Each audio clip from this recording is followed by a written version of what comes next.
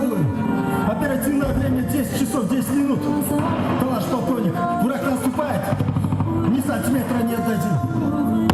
Наши бойцы встают до конца.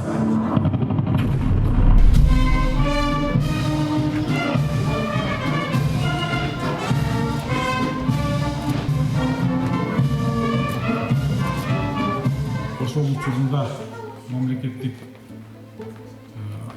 коргоочулар бир тобун жоголтконбуз. Ошону 1 мүнөттүк эскерүү менен баштасак.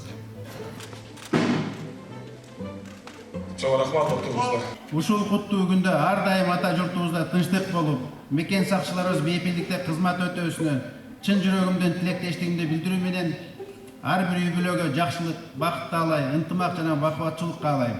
Ардагерлерибизге өрнөктүү узун өмүр, чың ден соолук тилейм.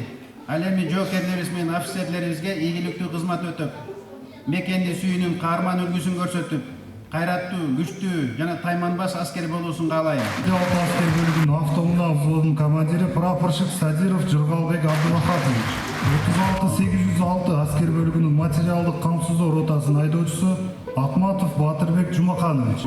Батыр биздин аскерлер!